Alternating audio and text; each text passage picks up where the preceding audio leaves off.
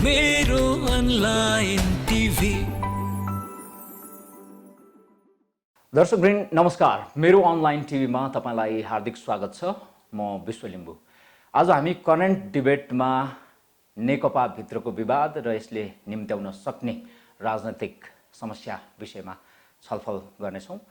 मसँग पूर्व मन्त्री र नेकपाका सांसद शेरबहादुर तामाङ हुनुहुन्छ। यसैगरी वरिष्ठ अधिवक्ता वर्णबहादुर कार्की हुनुहुन्छ।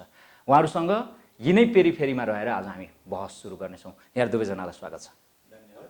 हजुर, सुरुमा शेरबहादुर दाई कहाँबाट जान चाहन्छु म। अहिले तपाईहरूको पार्टी लगभग फुट्ने अवस्थामा पुगेको छ भन्ने खालको मेसेज चाहिँ बाहिर आएको छ। तपाईँ एउटा पार्टीभित्रको चाहिँ सदस्य, पार्टीको कार्यकर्ता, एउटा चाहिँ जिम्मेवार नेता भएको हिसाबले के देख्नु भएको छ? साँच्चै फुटको नजिक पुग्या हो नेकपा?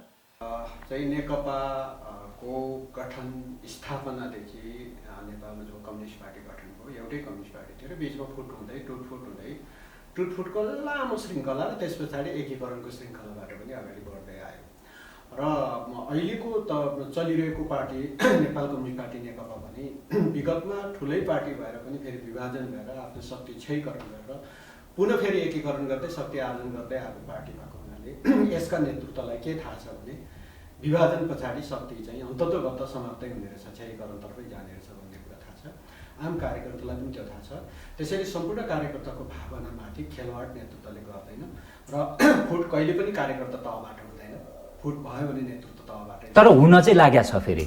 अनि यस्तो चाहिँ कतिपय अब हामीले पनि अनुमान गरिरहेका छौँ। नेतृत्वका कतिपय गतिविधिहरू शङ्कास्पद देखिन्छ।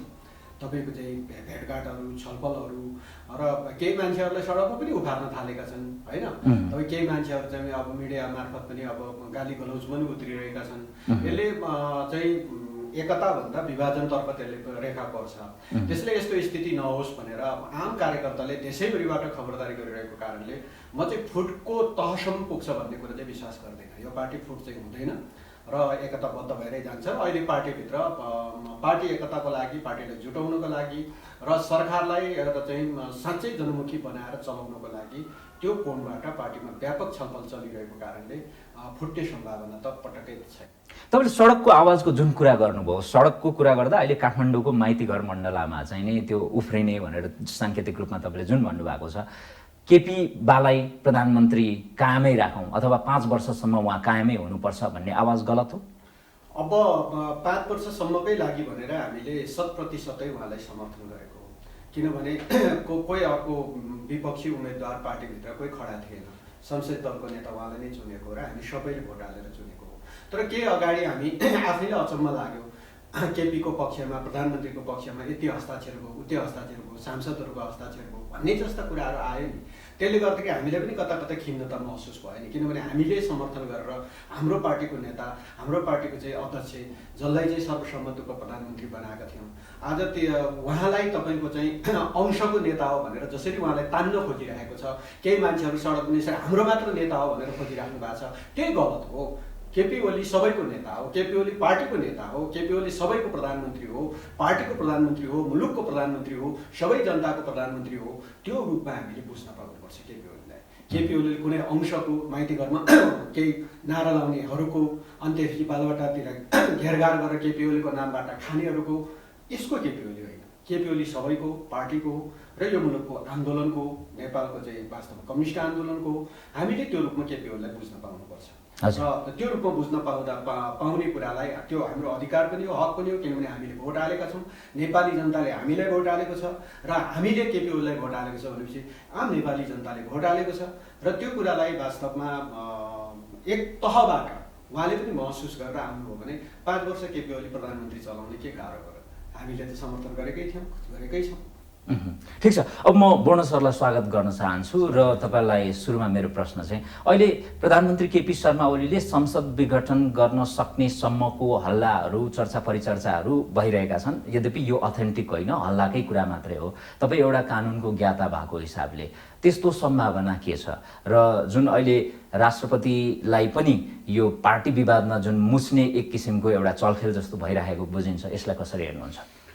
अब पहिला तपाईँले एउटा संवैधानिक प्रश्न कि तपाईँले उठाउनु हो कि प्रधानमन्त्रीले पार्टीभित्र कुरा नमिलेदेखि अथवा आफ्नो प्रधानमन्त्री पदमा कहीँबाट के भनेदेखि सङ्कट आएदेखि उहाँले संसद विघटनसम्म गर्न सक्नुहुन्छ भन्ने कुरो अरूले होइन, प्रधानमन्त्री निकटकै मानिसहरूले होला र चर्चा गर्दै हिँडेको अवस्था पनि छ। अब यो सम्भावना संविधानले कतिको भनेदेखि सहयोग गर्छ प्रधानमन्त्री ओलीलाई भन्ने पहिलो प्रश्न हो। विशेष गरेर जहाँ के भनेदेखि संसदीय के व्यवस्थाहरू छ, संसदीय व्यवस्थामा एउटा व्यवस्था के छ भनेदेखि प्रधानमन्त्रीले संसद विघटन गर्ने विशेष परिस्थितिमा अधिकारहरू पनि दिएको हुन्छ। यही क्रममा नेपालको संविधान 2047मा प्रष्ट रूपमा एउटा के व्यवस्था गरिएको थियो भने कि प्रधानमन्त्रीले चाहेको अवस्थामा संसद विघटन गर्ने भन्ने त्यहाँ व्यवस्था राखेको थियो। त्यही के भनेदेखि प्रोभिजनलाई टेकेर तत्कालीन प्रधानमन्त्री गिरिजाप्रसाद कोइरालाले 2050 सालमा संसद के विघटन गर्ने गर्नुभयो। त्यो संसद विघटन गरिसकेपछि नेपालको राजनीतिमा विकृति र विसङ्गति यति फैल्यो, त्यसको कुनै साधी छैन। त्यो इतिहासमा यस्तो रेकर्ड भएको छ कि त्यो घिनलाग्दो इतिहास संसदीय इतिहासको रूपमा दर्ज छ। त्यसपछि मनमोहन अधिकारीजीले पनि संसद विघटन गर्नुभयो, पछि शेरबहारजीले पनि गर्नुभयो, पटक पटक भयो। भएपछि एउटा कुरा के धारणा के भन्नु भने यो संसद विघटनको जुन अधिकार प्रधानमन्त्रीलाई स्वच्छतारी तरिकाले प्रयोग गर्न दिने हो भने यसले के भनेदेखि राजनीतिक अस्थिरता निम्त्याउँछ, स्वच्छतारी प्रवृत्तिलाई बढावा दिन्छ। भनेपछि 62-63 सालको जनआन्दोलनपछि अहिलेको जुन संविधान बनाउँदाखेरि के एउटा धेरै छलफल भयो भने अब प्रधानमन्त्रीलाई यो के अधिकार यसरी खुला रूपले के दिनु हुँदैन। यो भयो भने यो अधिकारको दुरुपयोग गरेर राजनीतिक अस्थिरता के निम्ताउने काम हुन्छ।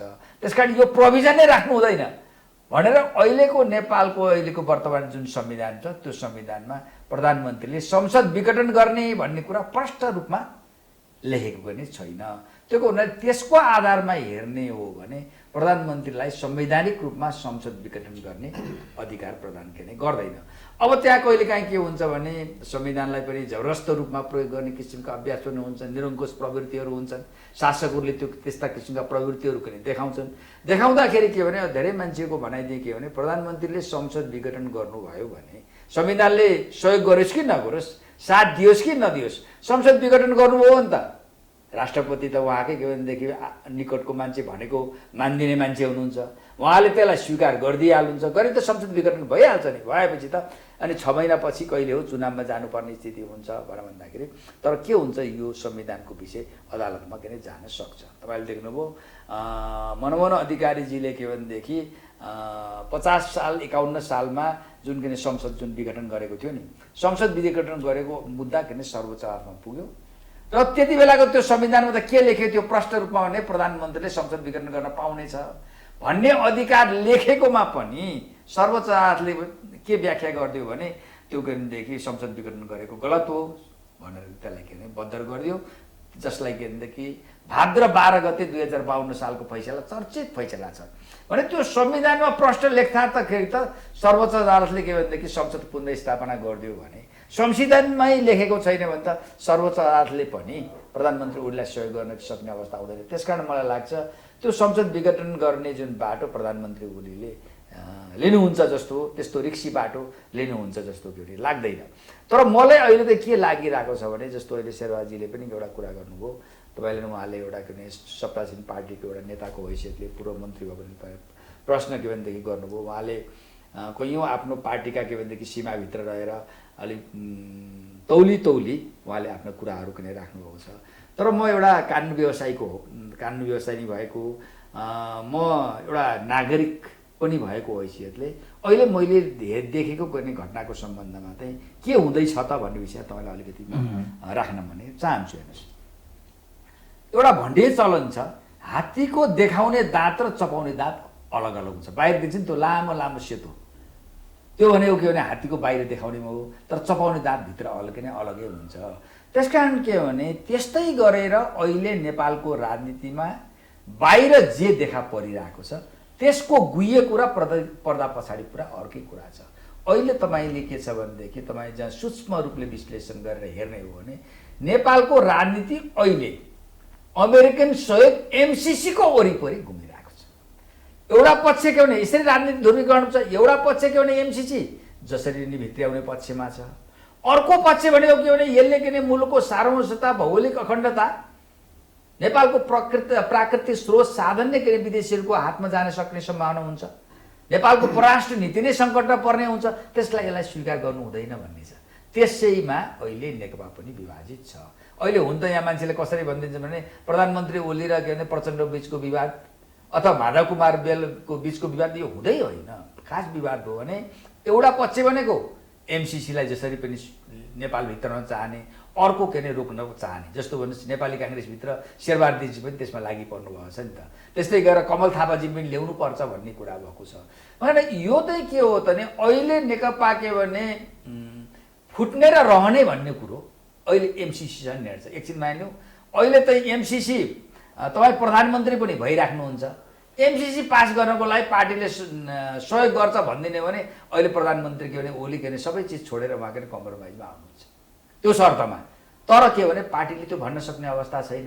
पार्टी पङ्क्तिले किन छैन भने त्यसले राष्ट्र सङ्कटमा पार्छ, कम्युनिस्ट आन्दोलन सङ्कटमा पार्छ, होइन त्यो स्थिति छ। अब यो जहाँसम्म विभाजनको कुरा चाहिँ जब के भने नेकपा एकाबद्ध हुँदाखेरि एमसिसी पास हुन सक्दैन भन्ने के भनेदेखि अमेरिकनहरूले निष्कर्ष निकालिसकेपछि प्रधानमन्त्री ओलीलाई अहिले त प्रधानमन्त्री ओली त बन्धकको जस्तो रूपमा हुनुहुन्छ। उहाँ आफ्नो विवेकले चल्नुभएको छैन। आज अमेरिकन नीति निर्देशन अनुसार उहाँ के अहिले चलिरहेको स्थिति छ। त्यसकारण के हो भने अहिले त यो के भने पार्टी विभाजन गर्ने एक्सर्साइज त अहिलेको होइन। तपाईँले देख्नुभयो नि जति बेला अध्यादेश आएको थियो नि पहिला, त्यो अध्यादेश नै के भनेदेखि नेकपा विभाजन गर्न आएको अध्यादेश हो, अहिलेको होइन कुरा आएको थियो। र त्यति बेला के भने बाइचान्स कसरी बच्यो भनेदेखि मलाई लाग्छ त्यति बेलै के भनेदेखि अध्यादेश ल्याउने, अध्यादेश ल्याइसकेपछि 40% के भने संसदीय दलमा पुर्याउने, विभाजन गरेर के भन्दै पार्टी विभाजन गरेपछि अहिले जुन त दर्तै भइसकेको छ नि नेकपा एमाले, त्यसको नाममा उनको राजनीति गर्ने र त्यसपछि शेरबहादुर देउपासँग तालमेल गरेर गठबन्धनको सरकार के बनाउने केपी ओलीको त्यो थियो। तर त्यति बेलाको रोकीको कारण के अरूले होइन, ओली गुटभित्रकै शीर्ष केही नेताहरूले यस्तो रिक्स मोल्नु हुँदैन भनेको कारणले रोकिएको हो। तर अब अहिले त के रिस्कमा आइसक्नु प्रधानमन्त्री भने यो अहिलेको जुन झगडा छ नि त्यो बेकारको केही पनि कुरा होइन।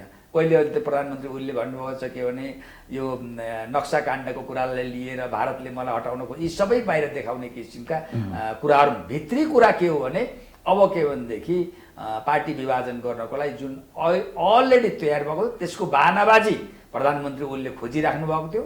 अब यही अवस्थामा भारतले मलाई हटाउन खोज्यो, हाम्रै पार्टीका नेताहरूले मलाई घेराबन्दी गरे, मलाई के भने काम गर्न दिएनन् भन्ने बहानाबाजीमा उहाँ पार्टी विभाजन गर्दै हुनुहुन्छ। मेरो निष्कर्ष के छ भने कुनै खण्ड खाद्य परेन भने, ठुलै के भनेदेखि अवरोध भएन भने प्रधानमन्त्री ओलीले नेकपाको विभाजन गर्नुहुन्छ।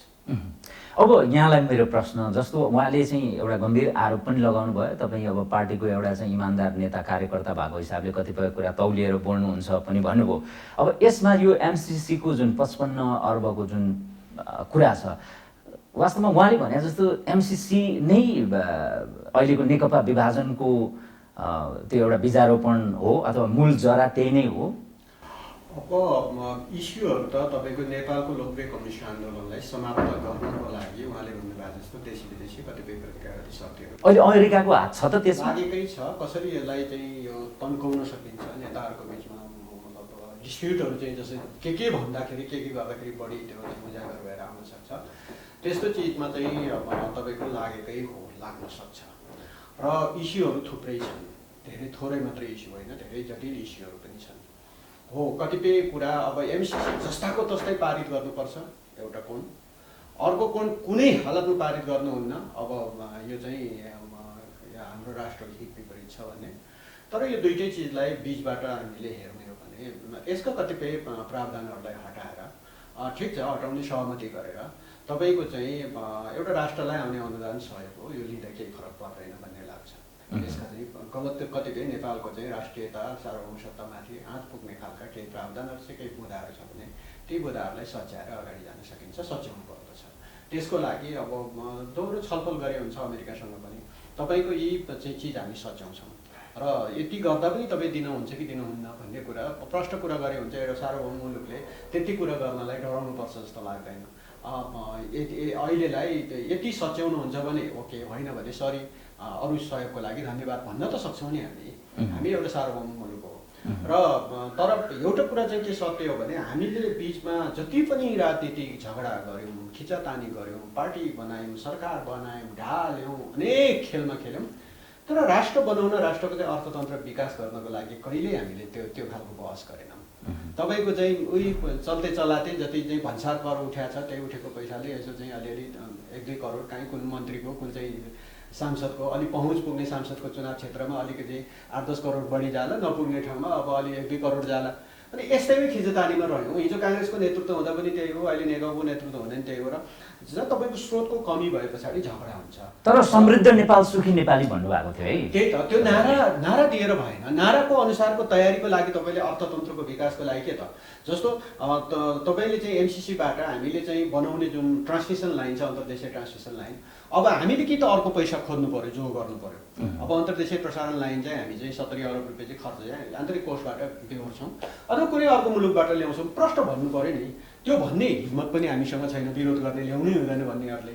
अनि जस्तो सुकै हालतमा पनि ल्याउनुपर्छ भन्नेले पनि तपाईँको चाहिँ त्यो बरु देशको चाहिँ नेपाली जनताको, नेपाल राष्ट्रको शिर निहुरोस्, तर त्यो चाहिँ हामी लिएरै छाड्छौँ भन्ने जस्ता कुराहरूले हामी अतिवादमा छौँ।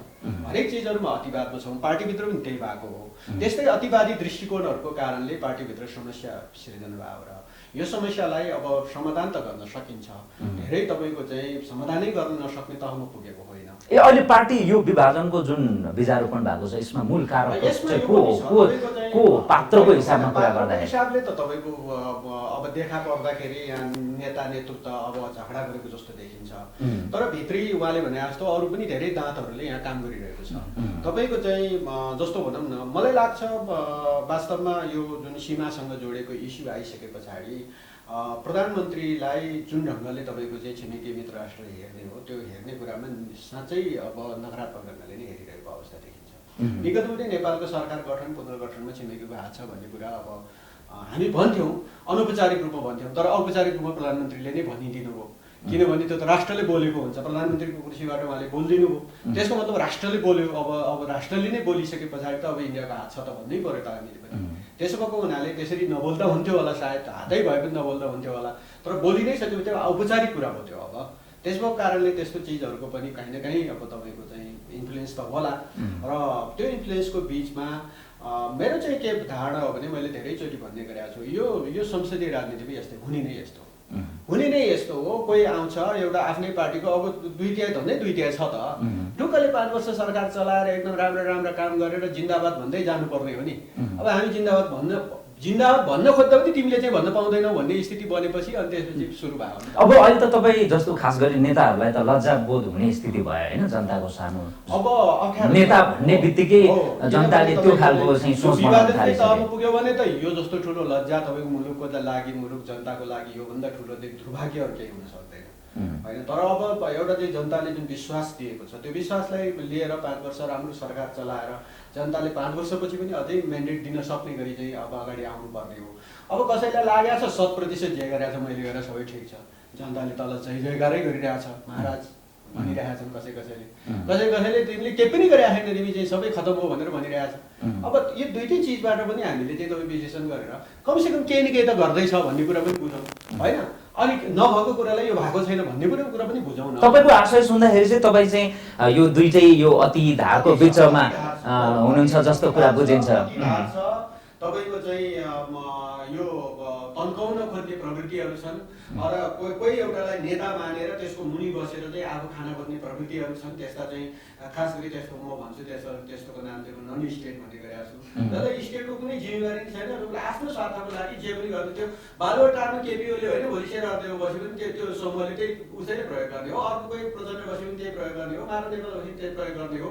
त्यस्ता चिजहरूले मुलुकमा चाहिँ हाबी भएको छ र त्यो कुराले तोड्न सक्नु भएन कि अहिलेसम्म पनि तोड्न सकेन। विगतमा हामीले प्रजातन्त्र ल्याइसके पछाडि 47 सालदेखि यता हामी तिनै चिजमा त्यसकै सेरोफेरमा घुम्यौँ। व्यवस्था नै गलत हो सर। यो संसदीय राजनीति अब आगे दुईटाको नजिकै ल्याउँदा पनि त तपाईँको सरकार त अस्थिरै हुँदो रहेछ, बिक्री हुन सकेन। त्यसरी म त अब बहस चलाउनु पर्छ हामीले कि अब प्रत्यक्ष निर्वाचित कार्यकारीमा जानुपर्छ। प्रत्यक्ष निर्वाचित कार्यकारी पनि जनताले प्रत्यक्ष 5 वर्षलाई भोट दिन्छ, कसैले बिचमा हटाउँछ, त्यो बिगारे सवारी जे गर्छ उसैले गर्छ, जनताले भोट हालेपछि उसैले गर्छ। त्यसो भएको कारणले अब यो कसको बहुमत पुर्याउला, तलको कुन पार्टीभित्र तिमी अल्पमत पर्यो अथवा तिम्रो बहुमत छ, म चाहिँ अध्यक्ष हो त्यस कारणले कसले सुने भन्ने यस्तो चिज हुनै सक्दैन। त्यो त तपाईँले प्रत्यक्ष निर्वाचित कार्यकारी भएपछि कार्यकारी प्रमुख राष्ट्रपति तपाईँले बनाउनु भयो भने अब उसको उसलाई जनताले 5 वर्ष सुन्यो, बनाए पनि उसैको हो, नबनाए पनि उसैको हो। अब त्यसको एउटा चेक एन्ड ब्यालेन्सको लागि पार्लियामेन्टको दुई तिहाईले चाहिँ उसलाई फिर्ता बोलाउन सक्ने एउटा अधिकार राख्यो, एलिगेन्ट ब्यालेन्स पनि हुन्छ। यो सिस्टममा जानुपर्छ। अब यो सिस्टममा गएन भने यो संसदीय यो सिस्टममा 2 तिहाईकै मैले भन्ने गरेको छु 100% जितेछ भने पनि हुँदैन। पार्टी छुट्याउँदो रहेछ, फेरि फुट्न खोज्दो रहेछ। बोर्ड सर, जस्तो अब यो परिस्थितिलाई अहिले नेकपाभित्रको यो विभाजनको जुन एउटा अलिकति डरलाग्दो एउटा परिदृश्य जो देखिएको छ होइन, यसलाई के भन्नुहुन्छ? पात्रको रूपमा चाहिँ तपाईँ को बढी जिम्मेवार देख्नुहुन्छ? किनभने तपाईँले विषयवस्तु त उठाउनु भयो, एमसिसी भन्नुभयो, तर पात्रको रूपमा पनि त विषयवस्तुलाई अगाडि बढाउने पनि त पात्र त हुन्छ नि होइन? अब तपाईँले सही कुरा प्रश्न गर्नुभएको छ। अब कुनै पनि घटनाहरूमा कुनै पनि के भनेदेखि गल्तीहरूमा विभिन्न पक्षहरू संलग्न हुन्छ। त्यसमध्ये के भनेदेखि घटी बढी त निश्चित हुन्छ, कसैको बढी हुन्छ, कसैको घटी हुन्छ। अहिले यो नेकपा माले भित्रको जो विवाद छ, त्यो विवादको हेर्दाखेरि के देखिन्छ भने नेकपाभित्रको जस्तो गत आम निर्वाचनमा नेपाली जनताले करिब 2/3 जनमत के भनेदेखि यो पार्टी कुनलाई दियो त भन्दाखेरि पूर्व माओवादी र पूर्व एमालेको गठबन्धनलाई दियो। दुईटै पार्टीलाई विश्वास गरेर दिएको। यो कुनै पनि एउटा पार्टी विशेषलाई, एउटा कुनै व्यक्ति विशेषलाई विश्वास गरेर दिएको त्यो मत होइन। लामो समयसम्म नेपालको राजनीति अस्थिरताको र दलदलमा फस्यो। अब यी दुईटा पार्टीहरू कम्युनिस्ट नेपाली काङ्ग्रेसलाई धेरै पल्ट के अरे मौका दियो, सधैँभरि यसले केही पनि भूमिका निभाउन सकेन। त्यो के भने दिएको के भनेदेखि जिम्मेवारीको दुरुपयोग मात्रै गर्यो। अब यी दुईटा कम्युनिस्ट पार्टीहरूलाई एक हुने शर्तमा दियो भने देशमा राजनीतिक स्थिरता आउला भन्ने विश्वासका साथ नेपाली जनताले मत किन दिएको थियो। र त्यही मतको आधारमा प्रधानमन्त्री ओली के भनेदेखि प्रधानमन्त्री हुनुभयो। प्रधानमन्त्री ओलीको प्रधानमन्त्री हुँदै एउटा के भने उहाँको व्यक्तिवादी प्रवृत्ति के हो भने त्यो मत त दुईटा पार्टीलाई एकता गर्ने शर्तमा जनताले दिएको थियो नि त। न त्यो एमालेलाई मात्रै दिएको थियो, न त माओवादी मात्रै दिएको थियो, न त के भनेदेखि ओलीजीलाई व्यक्तिगत रूपमा दिएको थियो। तर उहाँको गर्ने एउटा अहङ्कार त के भयो भने उहाँका के भनेदेखि वरिपरिका चाटुकारहरूले तपाईँको राष्ट्रवादी छविले गर्दाखेरि यत्रो मत पाएको, अरू कुनै नेताको भूमिका छैन, पार्टीको भूमिका छैन भने गलत व्याख्या गर्थे।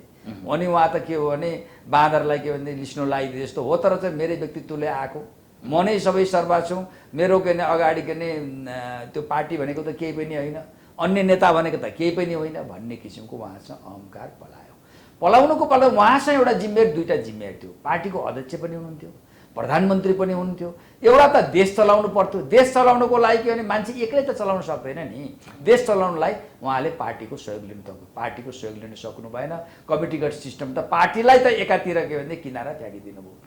अनि अर्को कुरा के भने जुन पार्टी जो दुईटा पार्टी एक भएका थिए त्यसलाई के भनेदेखि भावनात्मक रूपमा एक गर्नु पर्थ्यो, त्यसलाई अझ के भने फराकिलो बनाएर लिएर जानु पर्थ्यो। तर दुईटै गर्नु भएन। उहाँ त कहाँ गर्नुभयो, राष्ट्रिय समस्या पनि समाधान गर्न सक्नु भएन, जनताको अपेक्षा पनि पुरा गर्न सक्नु भएन। पार्टी र के भने सरकार बीचको सम्बन्ध तेल र पानी जस्तो भयो। अनि त्यसपछि के हो त उहाँ तका मन्त्रीहरू अझ कति आरोप लाग्यो अरे उहाँकै संरचना भ्रष्टाचार भएको छ भन्ने र दुम्ती गनाउने यति भ्रष्टाचारका घटनाहरू केदेखि भए जहाँ के प्रत्यक्ष प्रधानमन्त्री घुमाउनु तरिकाले तपाईँ भन्न खोज्दै हुनुहुन्छ कि प्रधानमन्त्री केपी शर्मा ओली जो चाहिँ राष्ट्रको एउटा चाहिँ कार्यकारी प्रमुख हुनुहुन्छ, उहाँ नै नेकपाको पार्टी विभाजनको एउटा मुख्य पात्र निष्कर्ष के हो भने यो अहिलेको के भने त्यसमा अरू नेता प्रचण्डको पनि दोष होला, वामदेवको नि होला, के भनेदेखि अर्को माधव कुमार नेपालको होला, झलनाथको होला, यिनीहरूको पार्टी त पार्टीका कमिटीहरूको नि होला। तर यो परिस्थितिको मूल जिम्मेवार भनेको चाहिँ केपी शर्मा ओली नै के हो है।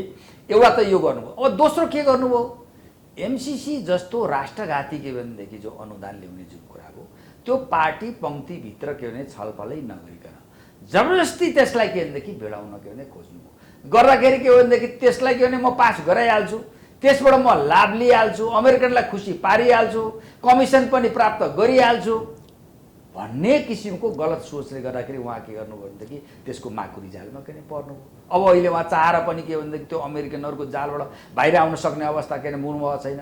अब उहाँले अहिले त के भने नेपालको राष्ट्रलाई पनि सङ्कटमा पारिदिनु भयो, पार्टीलाई पनि सङ्कटमा पारिदिनु भयो, अब ल्याएर के भनेदेखि स्वयं आफू पनि के सङ्कटमा पार्नुभयो। अब उहाँ त यस्तो दयनीय अवस्थामा पुग्नुभयो, त्यो एमसिसीको के भनेदेखि दुङदुङती गनाउने भारी बोकेर हिँड्नुदेखि बाहेक उहाँले केही पनि स्थिति भएन। त्यसकारण यसको लागि सबै जिम्मेवार त्यो मान्छे को भने केपी शर्मा ओली हो। यदि उहाँले सामान्य पनि विवेक प्रयोग गरिदिएको भए, सामान्य पनि के भनेदेखि पार्टीलाई रेस्टोरेन्ट गरेको भए, जनताको भावनालाई कदर गरिदिएको भए यो सङ्कट के भने आउने थिएन। नभएको हुनाले यसको चाहिँ जिम्मेवार चाहिँ यो के भन्छ अहिले परिस्थितिको र अहिले पार्टीलाई विभाजनको बिन्दुसम्म पुर्याउने। अहिले पनि तपाईँ देखिराख्नुभएको छ नि, उहाँ पार्टी विभाजन गर्ने भनेर अर्कातिर फर्केर हिँड्नुभएको छ, तर पार्टीका अरू नेता पार्टी विभाजन भयो भने त सिद्धिने भयो भनेर फकाएर हिँडेको छ नि, देख्नुभएको छ नि। भएको हुनाले स्थिति त के हो भने यसको अहिलेको परिस्थितिको जिम्मेवार भनेको केपी शर्मा ओली हो। उहाँले भन्नुभएको कुरामा कति सत्यता छ? अब फर्स्ट म्यान भएको नाताले बढी दोष त फर्स्ट म्यानलाई नै जान्छ। भोलि पार्टी विभाजन भयो, इतिहासको कुनै कालखण्डमा यसको समीक्षा भयो भने केपी ओलीलाई नै जान्छ। भनिसकेका छु, विभाजनको तहमा त पुग्दैन। पार्टी विभाजन हुँदैन, निश्चित छ यो। तपाईँको चाहिँ कोहीको जुनसुकै तहको नेताले पनि विभाजन गर्न खोजेछ भने त्यो विभाजन कहलिँदैन, त्यो एउटा समूहले पार्टी अब एक खालको पार्टीलाई असर पर्ने गरी केही शान्तिमा असर पर्ने गरी चोइटिने स्थिति बन्न सक्छ। तर त्यो स्थिति नेकपाभित्र अब बन्दैन। 60-40 भयो भने त चोइटिएको भन्नु कसरी मिल्ला र त्यो त पार्टी विभाजनै भयो भने तहको नेताले प्रयत्न गरोस्, नेकपा विभाजन हुँदैन, नेकपा एकताबद्धै रहन्छ। जुनसुकै तहको मै हो भने जुनसुकै तह। प्रधानमन्त्री केपी शर्मा ओलीले राजीनामा चाहिँ दिनुहुन्छ कि दिनुहुन्न? अब यसमा चाहिँ के हो भने हामीले त चलाउनुहोस्, कसै चलाउनुहोस् तपाईँले हो भने हामी सबैले भइहाल्यो। अध्यक्ष पनि प्रधानमन्त्री पनि हुने अवस्था छ, फेरि कन्टिन्युटी त्यसरी गर्नुहुन्छ। अब नेता नेतृत्वको बिचमा हामीले के खोज्यौँ भन्दाखेरि हामीले सिस्टमको पावर सेयरिङ खोजेनौँ, हामीले खोजेको नेतृत्वको पावर सेयरिङ खोज्यौँ। विगत जहिले पनि भएको त्यही हो। गिरिजा र तपाईँको चाहिँ देउ बिचमा भएको पनि त्यही हो। हिजो मनमोहनलाई हटाउँदाखेरि पनि सिस्टमको पावर सेयरिङ खोज्या होइन, हामीले व्यक्तिको पावर सेयरिङ खोज्यौँ। तपाईँको चाहिँ मनमोहनलाई गलत्याएर निकाल्ने बेलामा र म त नेकपाभित्र त तपाईँलाई म अझै कथा बताउँ कि नेकपा एमाले हुँदै अहिले नेकपा भएको छ र हिजो नेकपा एमाले त पटक पटक सरकारमा बस्यो। मनमोहन अधिकारीको सरकार बाहेक मनमोहन अधिकारीको नेतृत्वको सरकार हट्दाखेरि आम कार्यकर्ता कसैले पनि हटोस् भनेको थिएन कि त्यति बेला। आम कार्यकर्ता सबैले नहटोस् र यो रहिरहोस् भनेको। तर त्यसभन्दा यताको हरेक सरकारको बिचमा विभाजन थियो पार्टीभित्र र पार्टीभित्र चाहिँ तपाईँको चाहिँ सिद्ध्याउने, पार्टीभित्र हटाउन खेल्ने खेलहरू भयो। हिजो माधव नेपालले नेतृत्व गरेको बेलामा होस् कि झलनाथ खनालले नेतृत्व गरेको बेलामा होस् कि अथवा मिलिजुली अरूसँग मिलेर सरकार, इभन तपाईँको चाहिँ 54 सालमा पार्टी विभाजन भएर नेकपा माले बनेको थियो वामदेव गौतमको नेतृत्वमा। पछि त्यो नेकपा माले काङ्ग्रेससँग मिलेर सरकार बनाएको थियो। त्यो नेकपा माले नामको पार्टीभित्र पनि पार्टीभित्र विभाजन चाहिँ तपाईँको चाहिँ सरकारबाट हट्नुपर्छ भन्ने प्रेसरको कारणले त्यति बेला मिलेर काङ्ग्रेससँग मिलेको सरकार पनि त्यतिखेर पनि तपाईँ छोड्ने स्थिति भयो। तपाईँले पार्टीभित्र कहिले पनि तपाईँको चाहिँ सरकार चलाउने कुरामा एकमना एकता हुन सकेन। यो चाहिँ नेकपा हिजो एमाले हुँदै आज नेकपासम्म हुँदा पनि यो रोग जीवित छ र सरकार चलाउने कुरामा किन हो तपाईँको चाहिँ त्यसैले सेयरिङ खोज्दाखेरि व्यक्तिको पावर सेयरिङ खोज्ने क्रममा यो सबै दुर्घटनाहरू भएको हो। तपाईँले चाहिँ पावर सेयरिङ सिस्टममा खोज्ने हो भने यो दुर्घटना हुँदै सक्दैन। तर त्यो भद्र सहमति जो भनिएको थियो प्रचण्डलाई 2.5 वर्षमा दिने जुन भद्र सहमति भनेर अनअफिसियल्ली आएको थियो, त्यो कार्यान्वयन भएको भए पनि त अहिले यो हदसम्म जाँदैन थियो कि भन्ने आकलन फेरि गर्न सकिन्छ। मैले त्यही भएर व्यक्तिको पावर सेयरिङ खोजेपछि यो स्थिति रहि नै रहन्छ। त्यही सहमति भयो, उहाँले लिखितै गर्नुभएको हो। उहाँले एउटा लिखित गर्नुभयो, हामीलाई थाहा पनि भएन होइन, पार्टी मिलाउँछौँ भन्नुभयो, मिलाउनु भयो। अनि हामीले महान एकता जिन्दाबाद भन्यौँ, भन्यौँ हामीले, अब नेताहरूले मिलाएपछि भन्यौँ हामीले। अनि त्यसपछि के सहमति गऱ्यौँ, ल यो पनि ठिकै छ भन्यौँ। अन्त त्यही गरेर अब त्यही सहमति अनुसार अहिले प्रचण्ड राष्ट्रपति के अरे प्रधानमन्त्री अब तपाईँको चाहिँ त्यस अनुसार अब केपी ओली पार्टी अध्यक्ष हुने भए पनि फेरि भोलिपल्टबाट सुरु हुन्छ कि प्रचण्डले कसरी चाहिँ अब ठिक पार्ने कसरी हटाउने खेल सुरु भइहाल्छ। अब यो सिस्टमले के गर्छ भने मैले भने सिस्टमको पावर सेयरिङ खोज्या भयो केही पनि हुँदैन।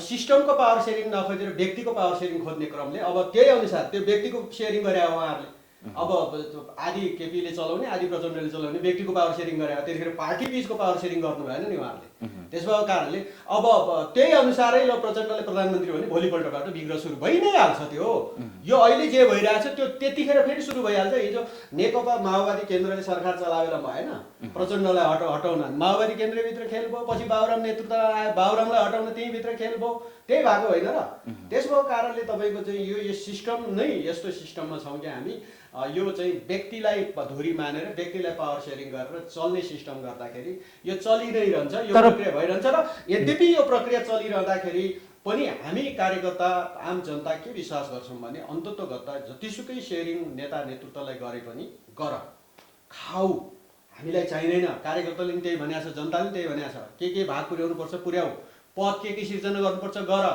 दुईटा पद अध्यक्ष पद सिर्जना गर्दा पनि त नमस्कार जिन्दाबाद भन्यौँ हामीले विधानभित्र नभएको उपाध्यक्ष सिर्जना गर्दा पनि ओके धन्यवादै भन्यौँ हामीले हामी त भनिदिन्छौँ के सिर्जना गर्नुपर्छ गर्नुहोस् नेताहरूले गर्नुहोस् फेरि विभाजन हुन्छ भने कार्यकर्ताबाट नेभर कहिले पनि हुँदैन कुनै नेतृत्व तहबाटै तपाईँको चाहिँ एउटा माउरीको चाहिँ म उदाहरण दिन चाहन्छु माउरीको घरभित्र कर्मी माउरी कहिले तपाईँको चाहिँ विभाजनको दोषी बन्दैन त्यहाँभित्र दुईटा रानु भयो भने दुईटा रानु बिचको झगडा चल्छ अनि एउटा जित्ने रानु त्यहाँ बसेर हार्ने रानु उड्न साथ त्यो रानुको फलोअर्स जति चाहिँ तपाईँको चाहिँ सबै उडेर जान्छ नि अर्को घर खोज्न बनाउन जान्छ नि उसले त्यही हुन्छ त्यसैले नेतृत्वले नै गर्छ विभाजन कार्यकर्ताले र फलोअर्सले कहिले गर्दैन उहाँले भन्नुभएको कुरा कति प्रतिशत सत्य छ कि पात्रको कुरा गर्दा त्यही त पात्रहरू अब नेताहरू उहाँहरू नै हो भोलि विभाजनै हुन्छ भने त पात्रहरू उहाँहरू नै हो अनि त्यही पात्रहरू भएको कारणले कोही अब यो अहिले मण्डलामा जिन्दाबाद गर्न पुग्नेहरू पनि छन् कोही तपाईँको चाहिँ होइन अब मिलाएर जानुपर्छ भन्नेहरू पनि छन् पात्र त विभाजित कर्मीहरू त विभाजित शेरबहादुर तामाङ चाहिँ कुन खेमाको हो मान्छेले त्यसरी पनि अहिले बुझ्न खोज्छ नि नेकपाको हो नेपाल कम्युनिस्ट पार्टी नेकपाको छु